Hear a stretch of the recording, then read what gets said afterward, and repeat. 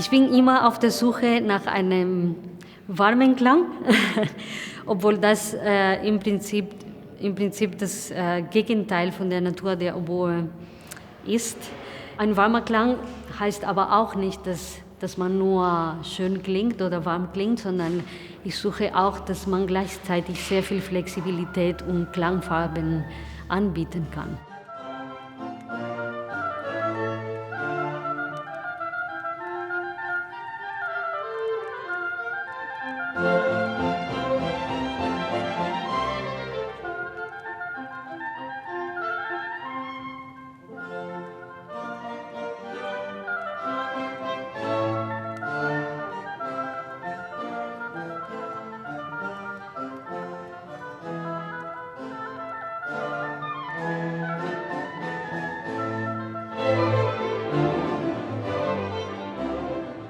Sie hat mir ein Bild gezeigt und hat gesagt, guck mal, es sieht fast aus wie die Klarinette, nur mit einem kleinen Mundstück.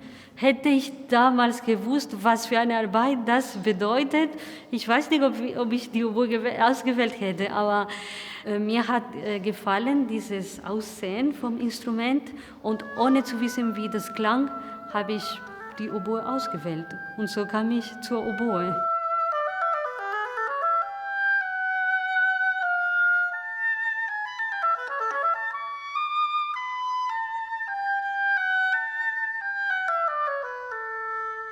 Es ist ein kleines Mundstück, wo man sehr schnelle Luft blasen muss. Und es ist am Anfang ein bisschen erschreckend, obwohl die Rohre für Anfänger sind viel leichter, damit man irgendwie anfangen kann.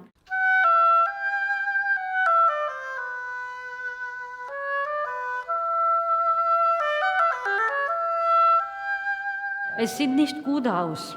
Man muss die Oboe und den Klang der Oboe wirklich sehr lieben, um einfach weiterzumachen. Ja?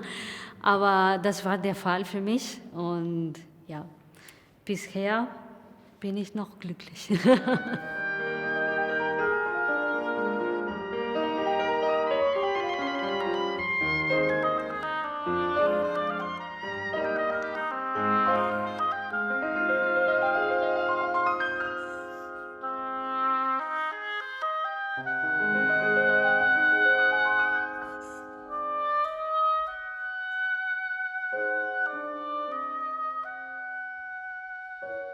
Man muss die Rohrstangen erstmal kaufen, zerstückeln, messen, wieder zerstückeln, wieder messen, die Dichte messen, die Härte messen.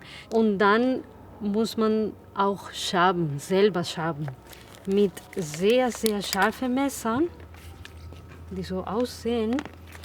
Es geht um wirklich winzige Teile vom Holz, ja, was man machen muss. Es ist wirklich kompliziert. Es ist ein komplizierter Prozess und am Ende weiß man aber nicht, ob die funktionieren werden oder nicht. Und auch je nach Ort werden sie entweder gut funktionieren oder schlecht. Und deswegen muss man immer verschiedene Rohre dabei haben. Es ist immer ein Abenteuer. Man wird keine Langeweile kriegen beim Oboenspielen.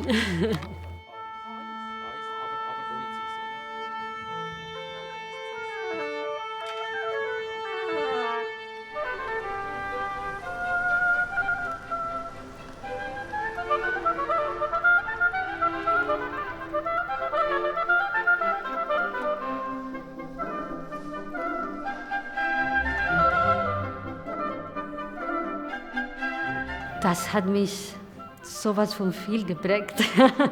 Ich habe wirklich das große Glück gehabt, mit ihm sehr viel zu arbeiten und in sehr verschiedenen Varianten, nicht nur im Orchester, sondern als Solist in Kammermusik, in der Oper, alles. Und das hat mich wirklich sehr geprägt, wie er die Musik versteht, wie er arbeitet, wie genau auf die Details er geht.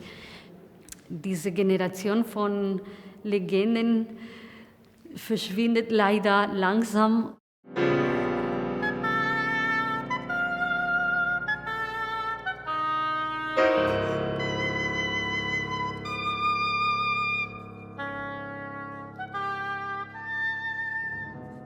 betrachte mich als ein sehr offener Mensch und ich finde es schon wichtig und sogar notwendig, dass man zeitgenössische Musik in den Repertoire einbaut.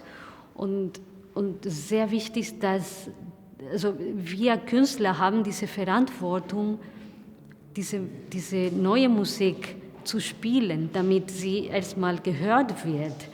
Und dann wird die Zeit und die Gesellschaft und die Zuhörer entscheiden, ob die Stücke dann für die Ewigkeit bleiben oder nicht. Aber erstmal müssen sie gehört werden.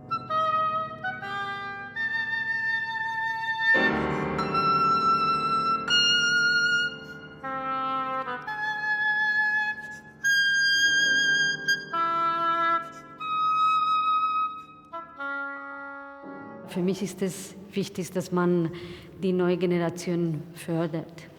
Wenn ich einen Teil dessen vermitteln kann, was ich mit der Musik fühle, was ich mit der Musik empfinde, bin ich schon mehr als glücklich.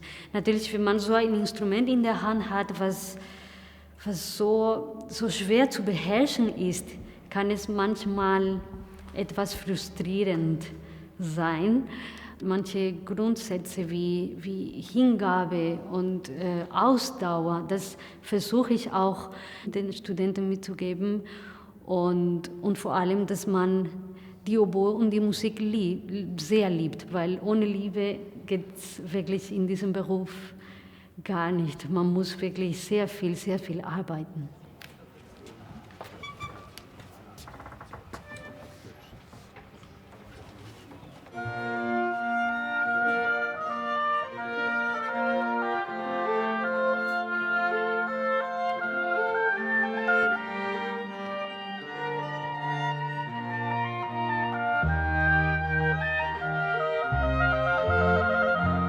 Ich würde jetzt mehr so in Richtung gehen, was die Zukunft bringt, was die neuen Dirigenten, die neuen Orchester, die gegründet werden. Das würde mich wirklich jetzt mehr interessieren. Ich habe wirklich fast mit allen, ich würde sagen fast mit allen Dirigenten, davor ich geträumt hätte zu spielen, gespielt und auch mit den Orchestern gespielt, mit dem ich am liebsten spielen würde.